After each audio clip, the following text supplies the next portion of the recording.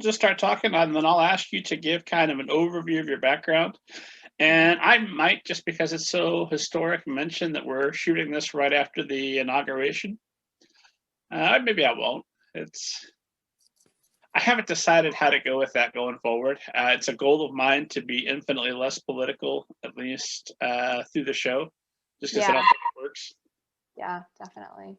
But I was hearing this quote because I did my launch event with Erin and Kelly. Like, she's amazing. And she was saying about how joy should be an act of resistance. And so, I was launching my book during a really, really turbulent and uncertain time, like very clearly uncertain time. And it was during that really, I think I don't know if this is live, but I think I released my book the day the impeachment happened. And so it was just a lot going on in that week, but she was like, people still need good stories out there. So sorry, this is my weird soapbox about kind of talking about current times, but I think that kids still probably want to read like good literature. No, I agree. I think we should leave that in. I think we should consider that the start of the show. Hi, everybody. So we are recording this. You'll be listening to it January 30th, or I don't know, whenever you got around to it. We're thrilled you found us 5 years later, whenever. But we are recording this January 21st. We're doing a first ever stealth intro. It's a brand new season, episode 101. We're up to new tricks on Middle Grade Ninja. Keep them guessing. So here you are. This book released, January 12th? Yeah. My guest, Christina Li, everyone.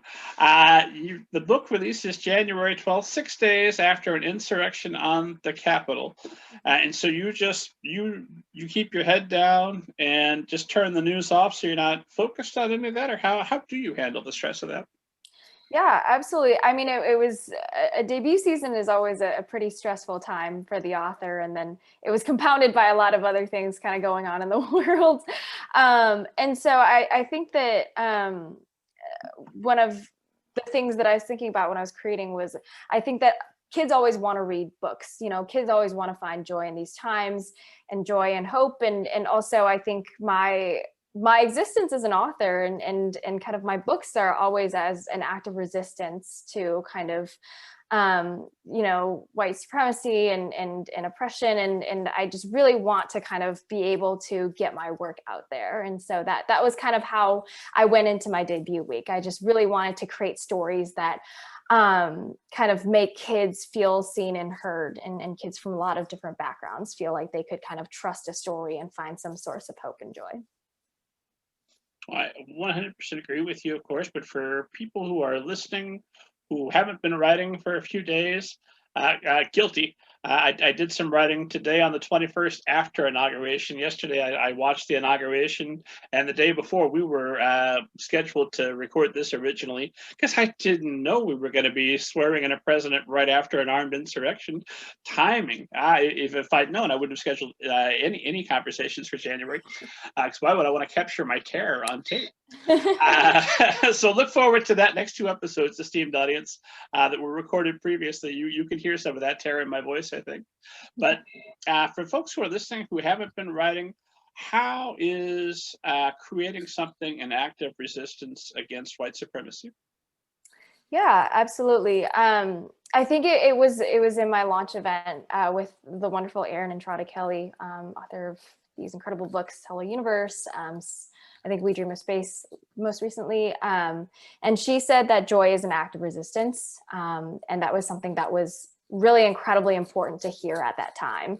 And my books, I think, I'm always trying to kind of diversify the narrative. I know that children's literature, when I was growing up, when a lot of people were growing up, it was not quite very diverse, and it didn't kind of reflect a lot of the voices that really did want representation and did want to kind of see their narratives reflected in books. And so I write about Chinese American characters, and my characters are really near and dear to my heart.